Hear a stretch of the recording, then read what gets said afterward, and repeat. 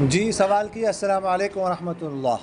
وعلیکم السلام ورحمۃ اللہ وبرکاتہ۔ استاد محترم، جو عورتیں ناخن پالش وغیرہ لگاتی ہیں، جب وہ غسل کرتی ہے تو ناخن تک پانی نہیں پہنچتا، تو کیا ان کا غسل ہو جائے گا؟ رہنمائی فرمائے جزاک اللہ۔ دیکھیں، ناخن پالش اگر پانی نہ پہنچنے دے ناخن تک تو نہ غسل ہوگا اور نہ ہی وضو ہوگا۔ سمجھ آگے کہ نہیں آئی؟